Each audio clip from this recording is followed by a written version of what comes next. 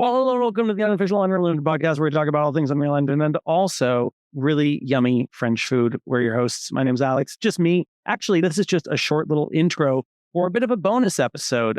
Eugene Chung of Penrose Studios was in my office in New York City last week. It was an absolute pleasure and delight, and we had a lot of fun building something, but with the combined forces of Agile Lens, my company, and Penrose Studios, his company. If you guys remember the episode where we had Eugene on, he talked at length about all the incredible film work that Penrose Studios has done in the past, his history at Pixar, et cetera, et cetera. Definitely go check out that episode. But this was a nice opportunity for me to chat with him again. The roles were reversed. I've already been on his Compound Witness podcast. This was a new one. We had 42,000 live viewers. I don't know how that happened, but this was a very cool little discussion where he mostly interviewed me, but we also talked a lot about the strides we made in motion capture and VR and Apple Vision Pro development last week. So just introducing this talk that is mostly going to be led by Eugene.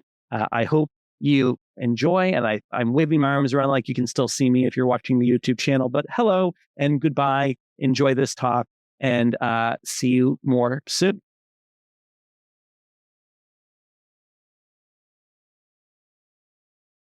Okay, looks like we are live. All right, Alex, welcome to our X video space. It's a pleasure to have you.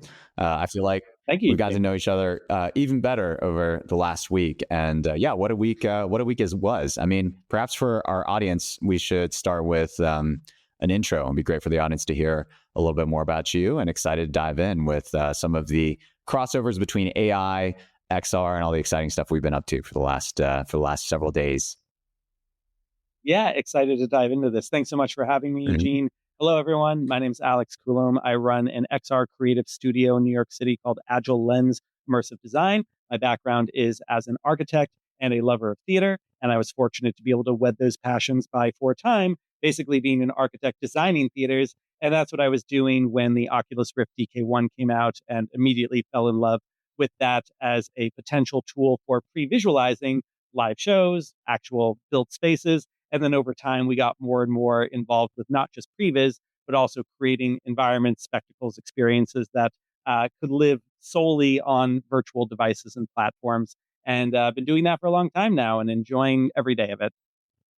Yeah, I think, before we kind of dive into some of the stuff, I'd be curious, and, we talked about this on a podcast we did together, but, you kind of alluded a little bit about for the sort of crossovers between theater and now XR. Obviously, I think as we were growing up, XR was not really even an industry or really on anyone's radar. But now, of course, it is an industry, but one that is maybe geared more towards, other endeavors. I mean, on the consumer side, gaming; on the enterprise side, you have things like, people with oil rigs, doing HoloLenses and stuff. But theater, entertainment, stuff like that is not something that I think is on, for example, a lot of people's radar. I mean, we've done a lot with at least the idea of crossover between movies and VR. And I actually think it's all kind of just one thing, right? Like the idea of what the next art form is. But how did you maybe give us a better sense of how you got to this path, right? How did you do this?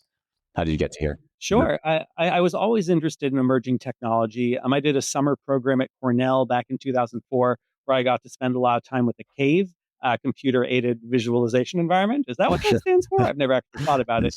And that was amazing, just the ability to be able to walk around something that I had built in 3D. And it immediately struck me even then that it seemed ridiculous that, let's take architecture, for example, that the traditional way to represent architecture, this inherently spatial medium, was through flat drawings or renderings, which could never quite convey the sense of scale or movement that is so key to understanding those spaces. And so, when I was doing theater in high school and college, we were looking at ways to use also real-time video game engines and things like that.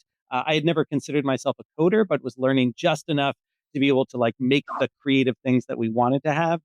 When I was in architecture school, we had specifically a theater program that we created within the architecture school where we would rehearse at crazy hours and use whatever, 3D modeling and whatever skills we were learning as part of our shows. And that was a blast. So when I came to New York City in 2010 and worked for Raphael Vignoli and Zimmer Pencil Frasca Architects, I was trying very hard to get them as excited about some of these other ways of conveying design intent but wasn't really able to get a lot of buy-in until working at Fisher Dax Associates Theater Planning and Design. When the DK1 Kickstarter was happening, I was fortunate that I had enough people around me saying, yes, Alex, go with God, learn how all this works.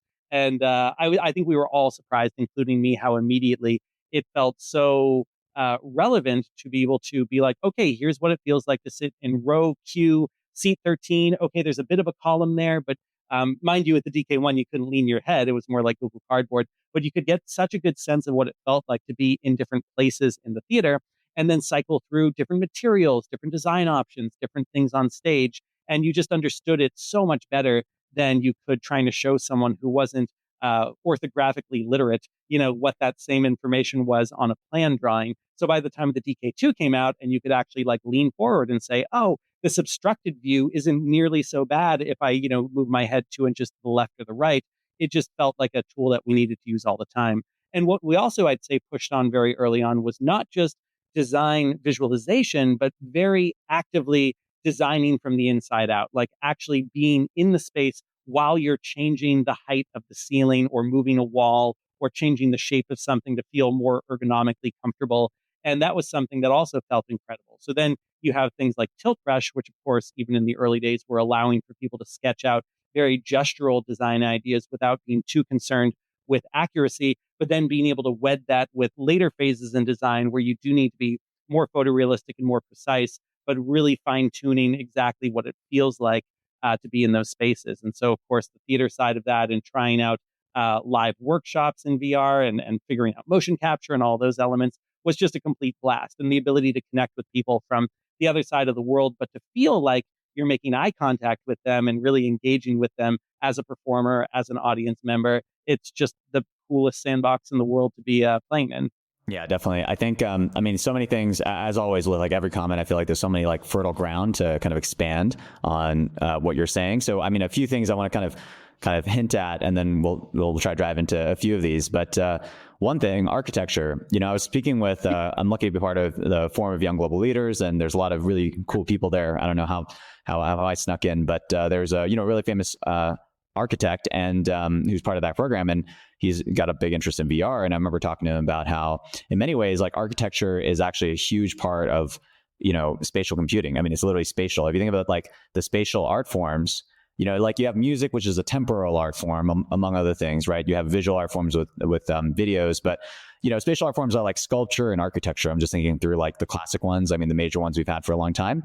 And spatial computing, like, the sense of space is so important. So everything, I think sculpture, I mean, our head animator on Arden's Wake talks a lot about, gave a SIGGRAPH talk about how, and about how to animate Arden's Wake, and like pointed to a bunch of sculptures, right? Like literally like ancient sculptures, like, well, this is our inspiration, right?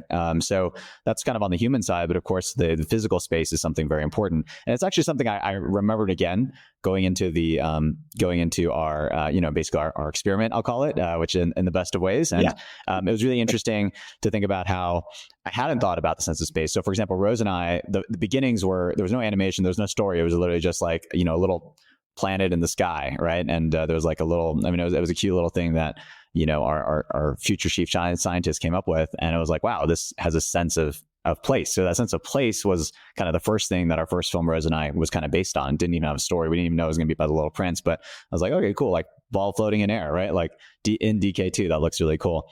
So that was interesting. So architecture, definitely want to hit a little bit on that, time given. New York City, something you alluded to going there. I guess I never asked you the time, but 2010. So we were definitely concurrent, at least for some period of time. Because, I've been on and off there for many number of years. First moved there in 2005, but also removed there. Oh, no. I think, Oh, you are frozen. Did I lose the, okay. I'm back. And we're back. There you go. Yeah, thank goodness. All right. That 4090 PC is just having such a hard time keeping up. I guess it had to go a little near. Got to get the 5090. Exactly. It's obsolete. It could have been something else. Yeah, it's probably the USB. Actually, the USB motherboard is probably a little overloaded. But yeah, New York was reminded again about just first off how hot it is this time of year, but definitely I think it's extra hot and lacking certain amenities. Where I was staying at least was definitely part of a challenge. But New York is always like a challenge in ways you don't expect, but also extremely invigorating. And one thing that your team is so incredible, by the way, just getting to know them, being on the ground with them. spiritually, other than your unified love of New York theater, and particularly New York theater, which is definitely the best theater city in the United States, I think. I mean, my opinion handily beats San Francisco, but I feel like spiritually, you guys share a lot of similarities with like a lot of Bay Area folks, at least that I know, like in the best of ways, right? You guys are tech forward, and using cool tools. And speaking of tech, finally, speak on one of the last things you said was, you were talking about like not being very technical or initially not being technical, but I mean, I'm curious about, this is the question I want to ask you. How have you grown that process to being more technical? Because I got to say, for the audience here, every time I would look at I would just like look up, how do you like do this with MetaHumans with Unreal Engine? How do you do this with Apple Vision Pro, with Unreal Engine? How do you do this with Unreal Engine? Like literally Alex, i.e. at Ivers, is like everywhere.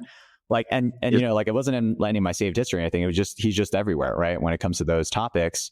And I'm surprised to hear that you had no technical background, because now you're, one of the sort of leading voices, I think, at those intersections, those unique intersections. So I'm curious, both like, did you have some kind of background in it growing up, or did you just kind of learn on the fly? And what has compelled you to want to learn this thing? Because Unreal Engine is like, I mean, as beautiful as it is, it's a tool that, you often kind of bang your head into multiple times to try to get some kind of result. So I'd be curious to hear your insights and feedback on it. Yeah. Well, thank you for saying that. It's an honor to be thought of in that way by you. And I think in the early days, even when I was younger, I thought of so many different things as tools that help me get to a thing I'm trying to create. I remember trying to learn 3D modeling with Milkshaped 3D. I remember trying to make a DVD of a play that I wrote and directed in high school, where I wanted to edit together a bunch of film footage and then author that with like Easter eggs in the DVD menus. And I was using Adobe Premiere and Adobe Encore. And like, I've always been the kind of learner who just wants to get their hands dirty with something rather than going through maybe a more traditional, like, first you need to learn this kind of coding and this and this and this. And I think I found the same thing with music as well. Like, I come from a very musical family. My father was in a rock band for 30 years. You, of course, also a very musical family. And I have a brother who can pick up any instrument and just play it and make it sound amazing. So I thought from a pretty young age, like, oh, I just didn't get that gene. I don't have that. And I thought that also because when I had band practice in elementary school, when we had guitar lessons and things like that, I had piano lessons that were mandatory. None of that clicked with me at all. It felt like a complete waste of time. And it was because of the fact that it felt too abstract. It didn't feel like I was learning or I was headed in a direction that got me excited. However, in high school, when I had a friend of mine who was like, hey, you want to learn guitar and we'll start a band and like try to pick up some babes? I was like, okay, well, there's a goal. But then also the idea that we'd actually pick particular songs. And it's like, oh, I really like that song. We're going to learn something by The Offspring or whatever. And then specifically trying to learn how to play those particular songs. And then kind of little by little realizing like, oh, that wasn't so hard. Maybe I can learn something a little more complicated. Maybe I can do some finger picking. Oh, now I know power chords and I can play a billion songs with that. That translated very well into all the things that I've done with my career with VR and all that. And an example I might use is I think kind of the power chords of coding would be the ability to toggle things on and off. If you've got a bunch of different things in your scene, whether it's animations or architecture or lights, and you just want to be able to go through, you can think about a theater show, for example, and like show control and queuing, like I want this on now and this off and this on and this off. Once I learned how to do that chunk of code in C# in Unity back in 2012, I felt like I was off to the races. I could do 90% of the things I wanted to do. And so using that as a foundation and then continuing to learn more things that then got me a little closer to what I was trying to create and trying to show. That's what I really needed, was I needed to have everything I was learning be very specific and towards a specific goal and never too abstract. I think that makes a lot of sense. And so that was kind of like what helped, guide you towards, kind of building on this sort of, I mean, I guess this tool, I call it Unreal Engine. What keeps you going, I guess? Like what is because there's like I've learned to learn in a different way, right? And plenty of people who have become good at things have figured that out, right? Like, oh, I didn't like math, but then I realized I like math because, I was taught in this way, or history. So now that you've found the way to learn, that's step one. But step two, you got to keep going, right? Like these endeavors take years and there's a lot of, efforts over years. So like there's got to be some vision or some goal. And I'm curious what those drivers are, right, for you. Oh, sure. Yeah, I mean, for me, as much as I love architecture, I'd say the primary driving passion is on that theater side and that live performance side, and driving towards something that will allow me and anyone else with access to these devices to feel like they are right up close and virtual with an incredibly talented live performer, be it music or theater or any kind of other kind of art. And that really grew out of the time in 2008 when I was studying abroad in London. And I was fortunate to have this professor there who had all the best connections in London. And he got us into the most amazing shows in the West End and the National Theatre and off on, some hole in the wall theaters that entire semester in 2008. And it occurred to me because up to that point, I had either been very close to watching my friends perform, which was fine, or I had seen very talented performers, but from like nosebleed seats, which isn't the same. And being there every week with like, Ray Fiennes, for example, and being 3 rows back from the front row and seeing like the sweat and the blood and all of the subtle nuances of that performance happening right in front of me, it was better than anything I could have seen on film. It was visceral. There was a co-present thing going on with the whole audience there. And from that moment in 2008, I just found myself wondering if there was any way technology could start to democratize that incredibly rarefied experience of being in London, having access to these particular shows, these particular performers, being that close to them. 0.0001% of the world will ever get to have an experience like that. So there has to be some kind of way that we can start to bring that to more people. And virtual reality, spatial computing, these tools seem like something that starts to give us access to that. One other thing I wanted to mention too, because you're asking about, learning and all that. One of the reasons why I've made so many YouTube videos, it's not just selfless. It's not just to like spread the good word to everyone and educate everyone else. It's also for myself. It's because one of the best ways I can codify something and make sure that I really understand something is to teach it. And so that comes out in YouTube videos. It comes out through being an Unreal Engine authorized instructor. We're both about to be part of this fellowship starting tomorrow, and then in the weeks ahead. That educational drive is really nourishing for me and the people who I'm teaching, because of course, when someone tells me they learned something from me, that's incredibly gratifying. So I want to continue to do that. And then inevitably in 2 years, when I forget how to do a thing that I used to know, I can watch my old video and then I'm back to knowing it again. And yeah, I can attest to that for sure live. We were definitely looking at Alex's old videos. We're Googling them just to figure out like how to do certain things because a lot of this stuff is very, very hard. So yeah, perhaps it would be great to maybe talk about, kind of lay the groundwork, what is it we did? And, what is it that what are the things it's pointing towards? What were the, highlights? What were the challenges?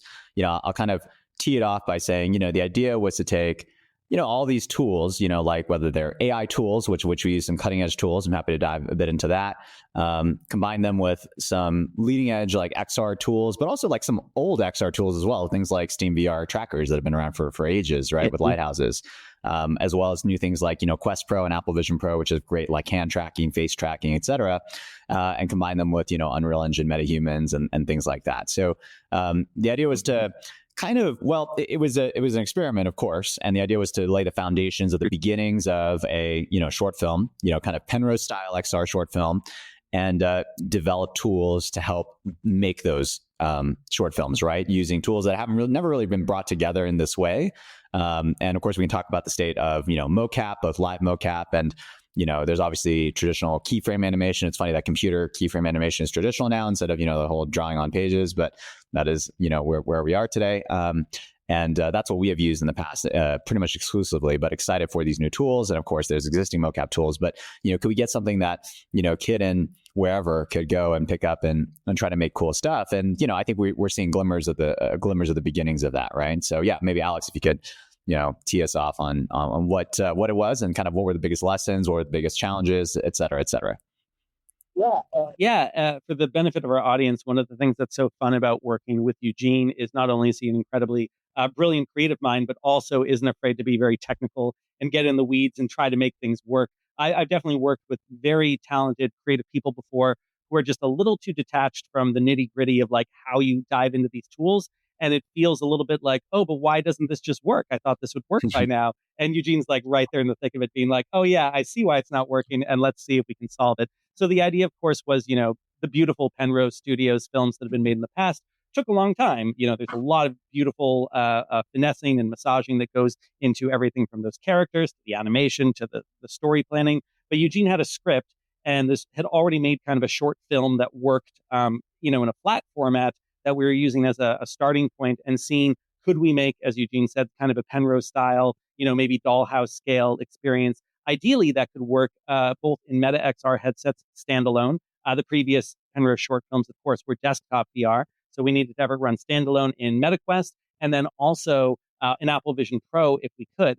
And so one of the initial questions was, can we use Mocap in a way that is going to help capture the essence of Eugene's wonderful script in a way that either doesn't require too much cleanup or just at least gets us, 90% of the way there, but still feels pretty good. So the idea was, build all that out, see what we could do in terms of like hand tracking. We had some things playing with scale. We had ideas about developing, UIs for pausing, playing, rewinding, etc. And then, we had a preliminary schedule and then kind of got off to the races. And yeah, it was fun. It was a lot of fun. Yeah, I mean, what do you think were some of the biggest lessons? Like when you think of challenges, when you think of course, we'll get to the positives for sure. But, and I think we kicked off with some of that. But what do you think in your head? Like, kind of what did you expect going into the week? And what do you feel like, I mean, sure. What do you think like went well? And what do you think was like, oh, these were the challenges? I mean, there are always going to be challenges when doing new stuff like this. But yeah. What are your thoughts? Yeah. I can say that probably my greatest nemesis so far across all things tech remains Mocap. And there's something misleading where every time I dive into a new project where I'm going to be using Mocap, I think like, I've got this. I've been doing this for since 2018. We started with Vive trackers playing in other social VR applications and doing full body tracking that way. And we've played with, Xsense and Rococo, and we've done stuff with OptiTrack and Vicon and all these other systems that they come out. So I always am way too optimistic whenever we go into a new project requiring Mocap about being like, it's going to be fine. I had sent Eugene kind of a preliminary schedule of how like I imagined the week going. And I think I said like day one, pick the Mocap solution, day two, do all the recording. And the reality was day one was, play with some Mocap solutions. Day two was like, oh, okay, but what if we like tried these other Mocap solutions? Day three was more Mocap solutions. And we got to the point where like we had a lot of really good research. I think we made some really excellent discoveries on hybridizing different Mocap techniques and combining the upper body from Meta's Movement SDK, the lower body using Tundra trackers, using something like Mega Steakman's Mega Mocap VR system. But it took us a long time to get there. So we came up on Friday morning and it was like, okay, Eugene, like put everything on. Let's like actually do some real Mocap recordings now. And everything up to that point felt very much like R&D. Yeah. And I think I definitely agree with you. And I think, Mocap just remains, or animation in general just remains difficult because it's both technical, but also, I mean, obviously very artistic, right? In the performance, whether it's a keyframe animator or an actor. I mean, keyframe animators are actors. They see themselves as actors, which they are, right? Mm-hmm. So they just don't happen to do it with their own bodies. They do it with, through their art. It's challenging, and I think, but it's amazing what we got done in a week, right? Like you think about, Rose and I, which was so many years ago, but that was done. I mean, that itself, the core work was 30 days. And, there was even a bigger team just, focused on that.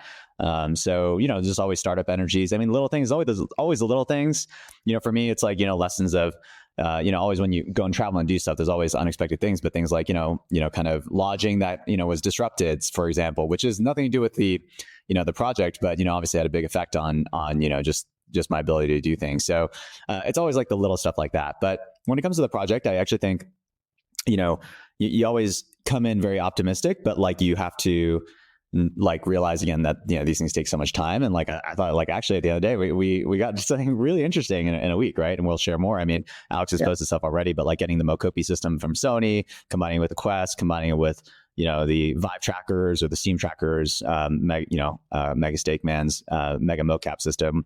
It was all very interesting. I think I'm pointed to some things. I guess the question I pose for you is, and by the way, I think going to what you said about being technical and among most of my colleagues, I would say in general, I'm like the least technical person, like in general, but I feel like I've had to learn, it'd be nice to just kind of sit and just be like, directing, writing and stuff like that. I mean, that's more what my background is. I did learn how to program at a young age. So I think that's helped a lot. Like I learned C++, my first language, when I was, in my early teens, right? So I was lucky to. So it was just like one of those old things, like learn how to ski when you're a kid. But like I realized, you can't always just do the things you want to do, right? Like this idea of what being a director is in traditional films. But I've noticed this with established directors as well. They like kind of want to be creative, but you can't really do that with VR. You have to really understand. There are more technical directors out there, maybe like James Cameron and some others, but you got to really understand the technology in a very direct way to make good stuff. Like, just to be frank, and I learned that all the way back from the Rose and I, and have had to like osmose, among like all these people who are just, again, much better than me, but I've managed to osmose some things about, the engine, for example, just like, sitting in those rooms and not actually doing anything. I barely committed a single line of code actually in most of my time doing any of my projects. But I found it over years. I found that it's not only it's just become more necessary. I thought it would become less necessary because, all the stuff would become standard and all that stuff, but I think it's just more necessary. And I think that's just is a testament to how early we are still when it comes to XR and XR experiences. But yeah, now that we've kind of like come back and seen what happened, like, what's your thought about like this solution? So take the solution and maybe give it like, not just a month, but maybe like a year of dev, right? How do you think it would stack up to, for example, we did play with Move AI. That was the original flat screen version of the film was using even actually Move One, not even Move Multicam. And I think Move One has some limitations, but, provided something. But when you think of like Move Multicam, these AI solutions, when you think of like Xsens, Rococo, these suits, and of course Vicon and all these other things, and then we have these solutions that, deving on, I guess in time, like, where do you think it stands? Where do you think that solution would stand in the kind of hierarchy of stuff, right? Given that it were to become a butterfly instead of being in its cocoon as it is right now. Yeah, sure. I think it's a really good question because some of it is dependent on the hardware itself, and then other parts of it are, how far could we take the software solution? Like, for example, I'm incredibly impressed with what is currently possible entirely using a MetaQuest Pro. You don't even need the controllers. Right. If you have a MetaQuest Pro, which you can get used for, $500 now, they're not selling like hotcakes. They never were. I was going to say not anymore. Yeah. But with that, you can get eye tracking, face tracking, hand tracking, and with the Movement SDK, you can get some sense of really good IK inside-out body tracking.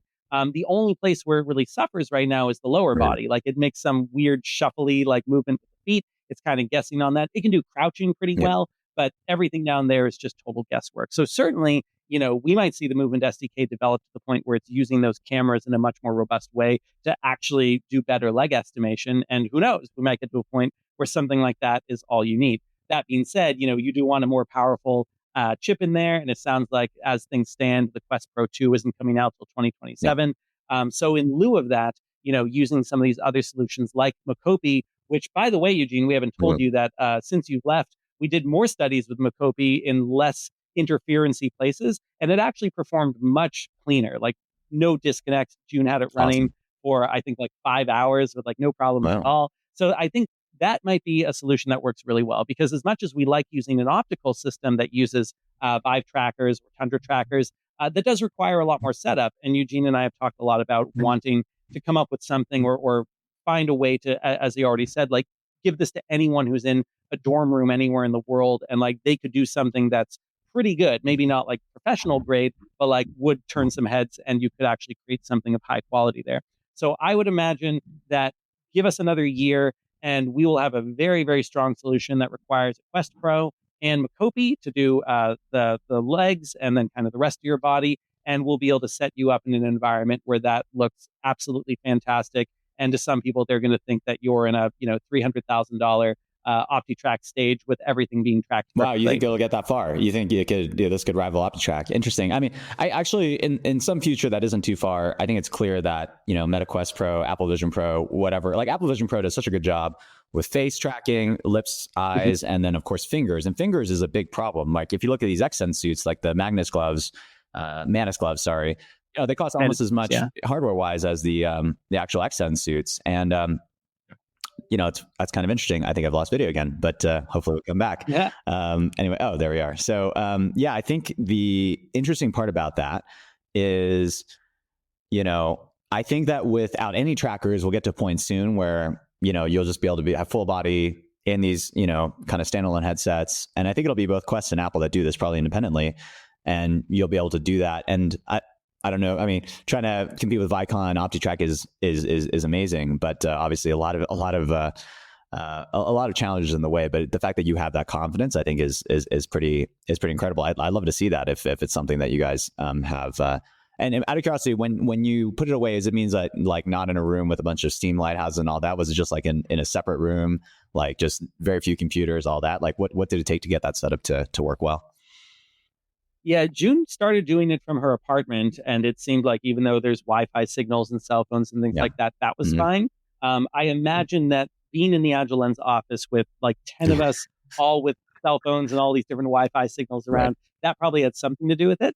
And yes, someone did mention, I forget who, that the lighthouses might actually Right. interfere with Mocopi as Right. well. So it could be any number of things. So it would be the kind of thing where it's like, it's not going to work in all scenarios, but I think we'll be able to come back at you or anyone else and say like, hey, if you buy, Mocopi used for Yeah. $400, a Quest Pro used for $500, for less than $1,000, set yourself up with this kind of room and these kinds of conditions, and you have kind of an inside out, all in one mocap studio, and that'll be It's pretty absolutely cool. incredible. Yeah, I look forward to seeing that. I mean, I got my Mocopies right here, so good to know that they are, definitely. I mean, they're such an elegant solution for body tracking. I mean, it's Yeah. easier to charge and all these other things, but it's just kind of I mean, it's so accessible. I think is the real kind of takeaway from that. And there's silly things about it too that you wouldn't think would be a big deal, but like the fact that the Mocopi pucks or whatever we call them are Yeah, labeled, and you actually see like the serial number or whatever yeah, for each of them. That's yeah. huge. Like Eugene did a great job manually labeling all of his Tundra trackers, and you have to do that. Otherwise, when you're dealing with Steam VR and all of the tracker management, it just becomes a huge pain in Yeah, the neck. definitely. I definitely agree. Yeah. What other? I mean, this is fascinating. I love talking about this. What other things can we kind of share with the audience? Any other sort of takeaways? Any thoughts? Yeah. Yeah. Mhm. Well, this is ostensibly also an AI Yes. discussion, so I'm curious if you want to talk at all about what you were playing with for the vocal Yeah. performance. So basically, I mean, it's I've created the flat screen version of it, and this is not a traditional Twitter space. Otherwise, I would link the but I think somewhere in my feed, I have this like MetaHuman video. It was like 2 minutes made with AI and MetaHumans basically in 1 week, and the voices were done with the voice generation. This is many months ago. So now we have, Sora and these voice generation. I mean, OpenAI has some great voice generation stuff, but, we're using 11 Labs. I was lucky to speak in Venice last year with the CEO, Matty, of 11 Labs. And I was a fan of his stuff already, but he just happened to be on the panel that I was at on AI and movies, which is all everyone could care about, right? AI and movies. But yeah, I was doing a vocal performance. So, I was the actor for, the two characters, Pytha, Mira Pytha in the script. And that's what I did. I used MetaHuman Animator for the facial animations, and I used 11 Labs in that case for the voice generation. I actually wrote the script myself on a typewriter. So I had a 1950s Olivetti Latera typewriter that I love. It's the same one that Francis Ford Coppola actually wrote The Godfather with. And Wow. it's just kind of an incredible tool. So I actually was completely disconnected from the internet. The internet was not one of the tools I used, and I just wrote the script. So that's the only thing that didn't use technology in any kind. Well, I guess typewriter is definitely technology, but not one that's super modern. But yeah, we created these voices, and actually it was a lot of brute force. But I'm curious. I remember you had some hesitation on using the AI voices coming in, right? For I think a variety of reasons, many of which were good. Obviously, you've heard. You probably, I don't know if you heard the voices for the rest of the script, or because if you're able to hear them, and I can't say they're like the best actors in the world, but like, I'm curious what your thoughts were about, the AI voices and the quote AI acting, out of curiosity, as somebody who wasn't involved in at least that part of it, as somebody who's an outsider, maybe who's a little more objective about looking at those performances. What are your thoughts about it and what it means or doesn't mean for the future of, of performance of any kind? Yeah. What's interesting is if I didn't know the voices were AI generated, I definitely would have thought they were coming from real performers. But I also would have questioned some of the choices of those performers and said, "Oh, is that really what they're going for?" And so we've definitely had this discussion a lot. I mean, we've been playing a lot with in-world AI and Convey for a couple years now. And so for anyone who knows about this annual production we do of Christmas Carol, we had a very long discussion with our actor Ari Tar, who always plays Scrooge and 50 other characters as part of that show, because we wanted to train 11 Labs on his voice and set up an AI version of Charles Dickens that would welcome people at the beginning of the show. So finding a way to do that never felt like it was taking away from what Ari's really good at, but was really just kind of taking stress off of him and allowing him to focus more on the actual performance, and the AI does more of these repetitive things. I think that's a really interesting debate, because certainly my hesitation with using an entirely AI generated vocal performance here was, someone could make the case we're taking a job away from an actor who otherwise could have given that performance. Now, there's a different case to be made if it's like, well, there was never going to be, a particular budget for this, so there was never a reality where an actor was going to be hired.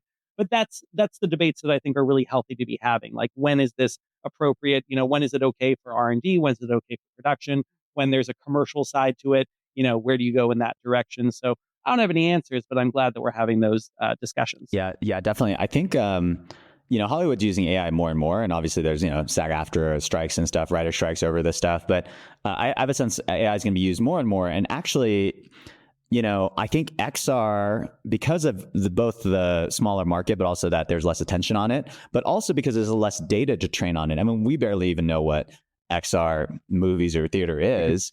AI certainly doesn't know because it doesn't have mass amounts of data to train on it. So there may come a time in the near future where movies like flatties, the flatties as we like to call them in XR, just become like standard, right? And XR actually becomes a place where you can get authentic experiences because it's harder for AI to make experiences in XR. Now, at some point, Meta and all the other people gathering lots of XR data are going to figure out how to do those things. But may come a time where actually it's the place where you can find out, authenticity, right? In those environments in a way you can't find in the flatties. So, maybe one, I don't want to call it prediction, but one thought, so to speak, to mull on. Yeah. Yeah. And going back to, why, I'll pose this to you as well, but like, why are we so excited and engaged with this technology still? I think it comes down to this idea that it's still such a new medium. It's still something that hasn't really found its legs yet, or found the language that's going to define what the next 100, 200 years of it look like. So if you could talk to someone and say, how would you like to go back to, the early 1900s and be there while the cinematic language was developing, before there'd been, really established senses of like using montage. I think it was Eisenstein who did that, and like wide shots and close-ups and all these different ways of approaching that, what ultimately became a common cinematic language that today everyone is literate in. Like, Eugene and I can sit down and watch, Mad Max Fury Road, which has a billion cuts, but we're going to go on kind of the same emotional journey because we know how to read that like a language. Right now, something like VR is still like a little up in the air, and we're not sure yet the best way to have a certain kind of emotional journey. And I think, of course, Penrose Studios is already doing amazing things in that direction, taking the affordances of VR, but applying certain techniques that have been used in film and theater to make it really work well. But there's still a ton of experimentation going on from us and many other companies around the world that still makes it feel like there's an opportunity here to lay a foundation for all the creators to come after us. Would you agree with that? Yeah, actually, it's based on the conversation of a lot of things that we've talked about. So the fact that the cinematic language doesn't exist, like the cinematic close-up, which was invented, I think you and I talked about this last week, was 15, 20 years after. If the Lumiere brothers with the train coming into La Ciotat station was 1895, something like that, in 1896, whatever the date was. And then D. David Griffith inventing the cinematic close-up in 1915, 20 years later. I mean, it's just like, we had the tools to do that, right? That was just something we had the tools for. Like, you could have done that in 1896. It just took 20 years for someone to figure it out, right? You know what I mean? Like, to be like, instead of the proscenium arch, we're going to move the camera in and get a cinematic close-up. And you guys, we're using that even right now, right? We're using the technique that D.W. Griffith effectively created. So yeah, I think all those, pieces of language just don't exist yet. And it's actually exciting to be at the forefront. And if you study early cinema history, I think that's also where my conviction that like knowing the tech really, so you have to there's kind of three main kind of pillars here. There's the creative, obviously. I mean, that's, I think, obvious to make cool stuff. But you also have to, tech, right? Like, you have to figure out what this camera, this moving picture is, right? Where, like all the random stuff that went into that, and the business models. In the early phases, the Nickelodeon was the business model. You put like a few coins in, looked in a set of proto VR glasses, and you saw like a black and white thing play for a few seconds. And that was like their business model. I'd say today, XR still struggles with business models, especially as it relates to narrative. I mean, I think games, you kind of figured it out, either you pay a bunch of money up front, $50, $60 up front for, a beautiful experience like Half-Life Alyx, single player, or, you get a bunch of people to be pixelated monkeys and run around and like you get in-app purchases to pay for the skins or whatever, right? So, and I'm saying that with no disrespect of any kind. I mean, it's amazing what Gorilla Tag is doing for, I think, the XR community. Kids are just loving it and they're playing it. I can't play it, unfortunately. I have tried many times, but I get very VR sick even to this day. So I still have to create stuff that's, friendly from a VR, what is it called? VR sickness perspective. So I would love to be a avid Gorilla Tag player. I can play Rec Room in teleport mode, even though all the little kids yell at me for being in teleport mode because they're like, "Oh, you're a cheater." I'm like, "Oh, I would love to play, your mode, but I can't." need to be comfortable. I was like, you're just disappearing and reappearing. And I'm like, yeah, I wish I could play the way you are, because I actually think that's a superior game mode. Like, I think it's more strategically advantageous. But anyway, yeah, I think it's exciting the times that we are in. And it's going to be a combination of sort of all these factors. Yeah. And isn't it bizarre to use Gorilla Tag as that example of how different that is from anything Mark Zuckerberg and anyone at Meta thought was going to be like the primary use case for VR? It's kids. They were not targeting kids. It is using locomotion methods that very early on were like ruled out as like, no, no, no, no, no, that's gonna make people sick. It's low poly. The graphics are like nothing special. So, it just goes to show again, we're still very early days with this stuff. And I'm sure we're going to see another amazing app come out in the next, year or two, maybe on Apple Vision Pro, that everyone says, oh my God, what an incredible use of the technology. And it'll be so different from what anyone was expecting. Yeah, I definitely agree. I mean, what are your thoughts? We have a little bit of time left, but to our kind of close to 20,000 live viewers right now, actually, which is pretty incredible. Yeah, so we have a lot of people listening in. So actually, no, I apologize. 41,000, if my numbers are correct. Yeah, 41,000 viewers, doubled since I last checked. I'm curious, and thank you, by the way, to the whole audience for joining in. This is very exciting, and it's great to be able to share our experiences with AI and XR. But yeah, to the folks, what other predictions or thoughts would you make? I mean, for example, I'd say Apple Vision Pro, amazing product, hard to develop for, especially if you're doing it in Unreal Engine. I mean, I think there are reasons why Epic and Apple aren't the best of bedfellows at the moment, but hopefully, things will improve in the future. Unrelated to XR, I think, of course. And then, things related to, some of the mocap stuff that we did. We already talked a lot about that, but if there are any finishing thoughts, and then I want to shift gears a bit to some other topics. But yeah, what thoughts do you have about now having done this, about the way people are going to view, right? Is Apple Vision Pro, kind of is it pointing towards a future that's different from what Meta's promising? I'd be curious to get your thoughts. Yeah, a few thoughts on that. So Meta, of course, I think is still very clearly targeted at a gamer market. I like the analogy many people have already made that the Meta ecosystem feels a bit more like a game console, and then everything Apple's doing with spatial computing does feel more like an OS, like an operating system, something that actually has real productivity and enterprise potential. And that doesn't mean it doesn't work both ways. We've got, games on Apple Vision Pro and some productivity use cases on MetaQuest. But I do like the fact that there are some very different propositions going on here.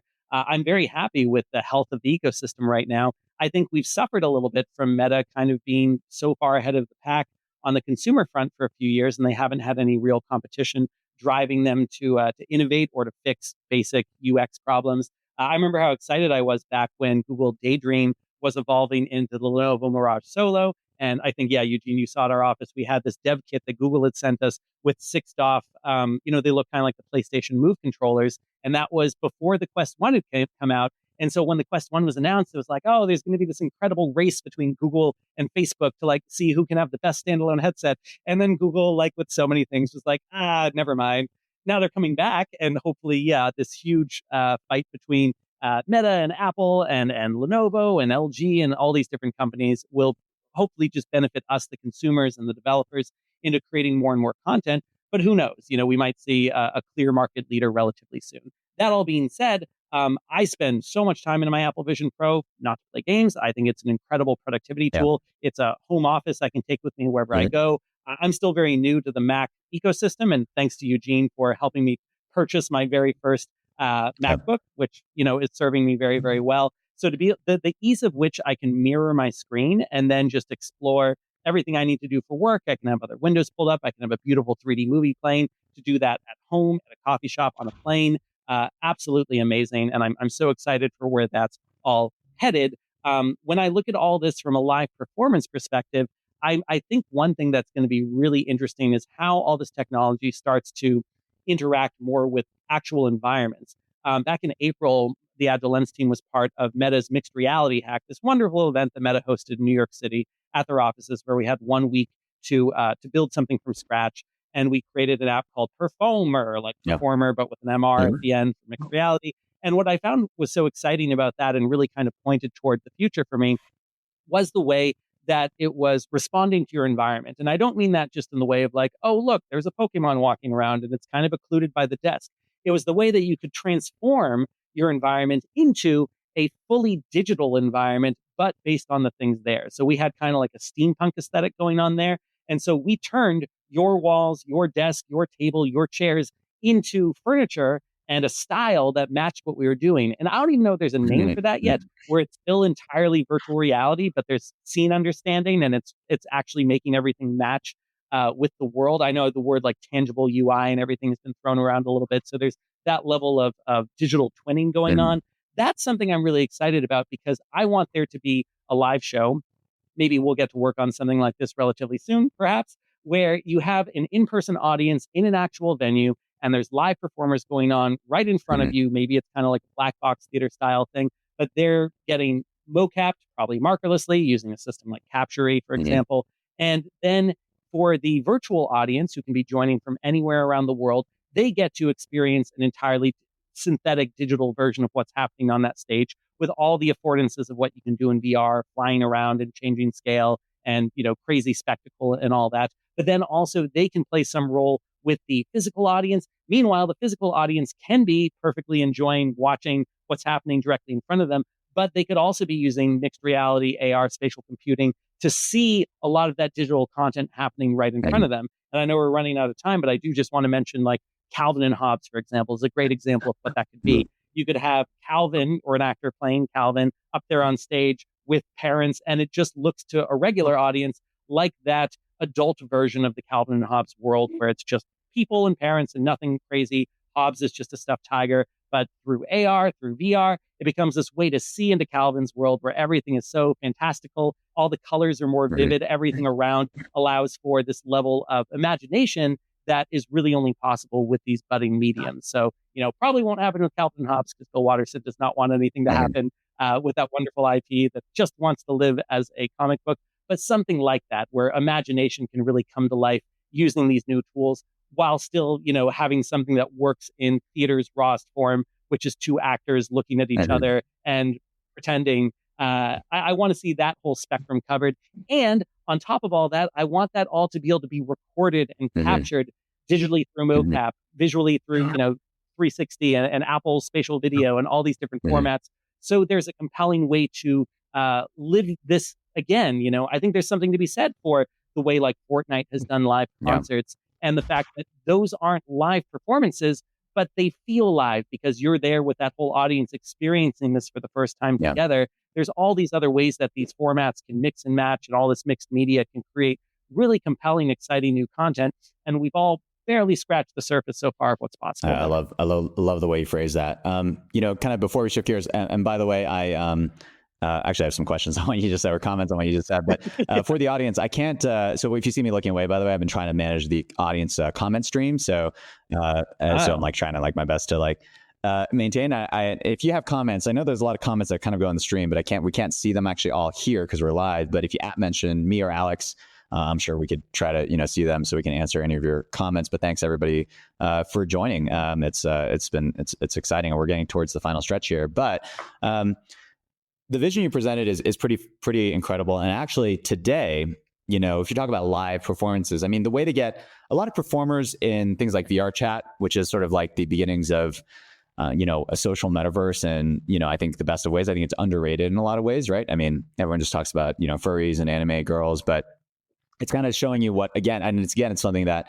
I think the CEOs of these big tech companies aren't like, this is what I want the metaverse to be, but maybe it's the metaverse we deserve, not the metaverse we asked for, but, to misquote Batman. But the thing about it is the way that we're talking about Mocap plus Quest Pro, which does face and hands up to, like here, it doesn't work like with your hands behind. Right. I mean, I guess maybe with Mocap you could kind of do that, but that's kind of like the best way you could get performances that aren't just based on dancing, right? Because today with 11-point tracking, with Steam Lighthouses, that's how people dance. And there's some pretty incredible live performances in VR chat, but there aren't many there's some acting stuff, but you really obviously need the kind of like the face for acting to kind of work out, like it's kind of like a basic part of acting. I mean, it's not, I would say voice maybe is the basic part of acting, but outside of voice, which you have in like these social VR experiences, but yeah, there's no other way.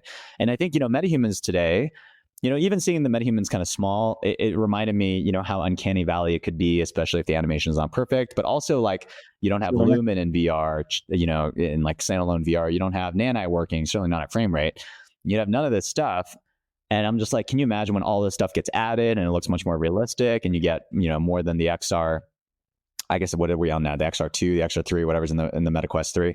The Two plus Gen the 2. Gen 2, I think it's the 2, right? And then, obviously the M2 in the Apple Vision Pro, super powerful chip. Actually, the Apple Vision Pro, I think, possesses the most powerful chip by a long shot, right? So, I mean, a lot of stuff there, but Mac obviously has issues with Unreal just in general, right? Because that's a Mac. I mean, it's a really powerful Mac right there, right? So. Yeah. And people don't know that Unreal Engine actually works surprisingly well on an M2 MacBook. Even an M1, any of the Silicon MacBooks will actually work with Lumen and Nanite. And so that means the Vision Pro, in theory, can work with Lumen and Nanite. We just haven't connected all those dots yet. We need, if anyone is listening from ILM, like, please share some of your code for whatever you did to make What If work, because it's a really good use of Unreal Engine. Yeah, let's hope somebody from ILM is tuning in, and it's possible that they are. Yeah, so I guess that's really interesting that you mentioned that, and I thought about that. But maybe the best use case, I mean, even right now, is just like those live performances, in that are of a different kind than what's been popular today, which has been more like really cool dance performances, right? Like you get some really high quality dancers, whether in hip hop or ballet or whatever, and they're just in VR doing like really incredible things, right? You see them do crazy twists and turns and all that, so it's really incredible. Now acting maybe the next frontier.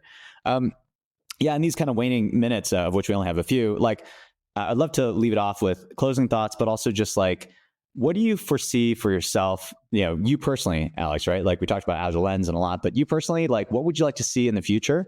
What's the ultimate vision, the ultimate goal you want to push towards? I've had some discussions about this in the past, but if you think about what all your work comes to, where do you think in decades you want to look back and say, this is what we achieved, right? Yeah. In decades, I want us to be at a point where you don't need to be in New York City to see the best theater in America or the best art of any kind. I want us all to be able to have easy access to incredible art. And I want to broaden that to not just theater, but film and sculpture and everything else. And especially as someone who grew up in, a place in New Hampshire and Vermont where everyone looked the same. Like, it was, of course, amazing for me to go to Syracuse, which at least was a university, and go to New York, which is such an incredible melting pot. And I think art and travel, these are things that open up your mind and help you connect to people. And, we're not going to go into like a big political discourse, but like, I think we can all agree that we are an incredibly divided people today. And there's a lot of contributing factors to that. But when you can have your mind opened by a really powerful emotional story, a narrative, for example, I think there's nothing quite like that. And I should mention also, I was the kind of person who used to think something like theater was pretty silly. Like, it didn't seem to me like anything that anyone should be wasting time or money on. But that was until I saw some really incredibly powerful, world-shaking, cathartic performances that completely rocked my world and like changed my value system. So yes, looking 50, 100 years in the future, I would like to have a bit of a legacy that says, hey, remember Alex? He helped establish foundational systems and platforms and methods for making it so anyone in the world can perform, create, and for other people to receive that in a simple, frictionless way, whether they're in a VR headset or they're getting it through other mediums. Whenever we do a theater show already, we try to have like a YouTube live stream or like a flatty version of it that you can play as well. So just continuing to iterate on that, making it better, making it easier, making it cheaper, teaching other people how to do it as well. We've been really excited to collaborate with Eugene and other artists over the past couple of years to try to see how we can help them bring their visions to life in really compelling ways. And I hope at some point in the not too distant future, I can say, hey, we've taken all these things we've learned over the past few years, and here's a platform. Here's like a thing you can just open up and get off to the races with creating, performing, watching, experiencing. And I hope that's the direction I'm headed in. I love that. Excellent parting thoughts. We have mere minutes left. Maybe closing remarks or any final last question or anything you want to pose to the audience. Yeah, sure. Well, I thank everyone for watching. I love chatting with Eugene and would do it even if we weren't being recorded right now. But I think this is a really incredible time to be alive. There's actually Teflon Sega, who has an incredible, series on YouTube where he does all this mocap stuff in Unreal, and he does these things with aliens. He posted actually a very touching video that I wish I could link to right now. That it's in the style of this alien who's just, doing like a TikTok video. But I think it was so resonant because the basic message of what this alien was saying in a comedy video was, think about the fact that 100 years ago, let's say 150, none of those people that you see in like old videos, old movies, old photos, none of them are alive. The people now, all of us together, all of us watching, listening, sharing this content with each other right now, this is our crew. Everyone who's alive right now, this is a tiny, tiny slice of humanity. And there's such an opportunity for us to work together and create incredible things. And I want to foster that spirit as much as possible. I want to encourage people to be creative, to help each other, to foster kind of the rising tide raises all boats philosophy. And especially in the early days of a budding, fragile, exciting new medium, I think that's so important. You think about how many inventions over history could have been discovered sooner or had come to fruition a lot quicker if there had been more communication and more collaboration. And I think there's absolutely a reality where, due to any number of factors, we could see, the trough of disillusionment or just a dip in the capabilities and the reach of these technologies really take a dive.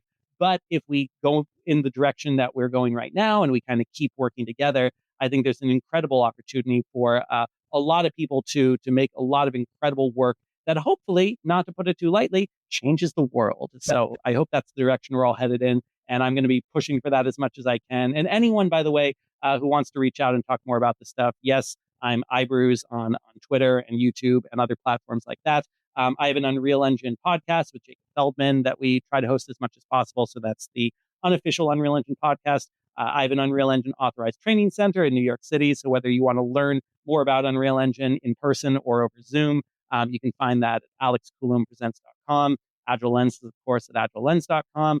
Keep an eye out on the Unreal Engine YouTube channel because there's a couple talks I gave over at Unreal Fest for Prague that will be on there soon. One is called I Wish I Learned This Sooner. And that is very much a beginner-friendly video of like, here's all the stuff I wish I learned at the beginning of getting started with Unreal. And then there's another talk that's like a very deep dive into metahumans, really intended for people who have already gotten their hands dirty with metahumans and want to push that all further. So I hope these are all resources that are helpful to the community at large. And I love finding out that someone made something really cool because I gave them some direction there. I'll give one quick shout out to one person I met in Prague who said that he was listening to the podcast and he learned some Unreal stuff from a video I'd made. And then I had reposted a job with Lego. And then he actually got hired by Lego to build in Unreal Engine, all because of like these little like domino effects of what I had helped him with. And that kind of stuff just warms my heart. So, look at the resources out there too. I guess that's a bit of advice. There's so many resources out there, so many people like myself, like Eugene, who want everyone to succeed and are willing to help. And reach out to us. Don't be afraid. Don't be shy and show your work. Don't be afraid of things breaking, failing, not looking good, not working. There's seeds of amazingness in every single thing you would try to do. And I think one of the best things architecture school taught me was just have a tough skin and not get too hung up on when something really is broken and looks bad. And it's going to get better. You learn from that and you build on it. And that's all I have to say. I think it's pretty incredible final thoughts. So thanks for sharing that. And it's been just an incredible time talking. I think there is, to underscore what you said, I think there's no actually better time to be in XR. I'm actually glad that the hype has kind of fallen since, several years ago. And, now it's at least a lot of outside observers still down in the trough of disillusionment. But I think as you and I know, there's so many exciting things. You have things that are changing the world of XR and the lives of many little kids that, made with like one person, right? Using like Unity or Unreal or some of these tools that you become so proficient in. So thank you for those inspiring words. To the audience, thank you for joining us. We are happy to have Alex. Please feel free to follow him everywhere, all the places that he mentioned. Thank you for the comments of the audience. I'll definitely be reading those after. And I do these, at least I try to do these video shows every Thursday, 11 a.m. Pacific. So please do join for the next ones. We are excited to have many more guests who are as exciting, exciting to chat with. So Alex, thank you for the time. I look forward to the next ones. I look forward to future collaborations. I look forward to where this fruitful conversation proceeds. So thank you very much. Cheers to you, Eugene. Cheers to everyone else.